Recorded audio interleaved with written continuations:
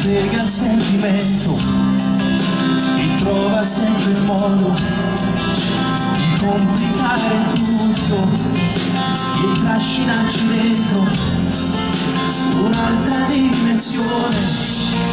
un nuovo cambiamento, un altro grande amore, un giallo ma profondo. Innamorarsi e poi nascondersi se parlano di noi, amarsi da lontano, sfidare anche il destino, fidarsi di qualcuno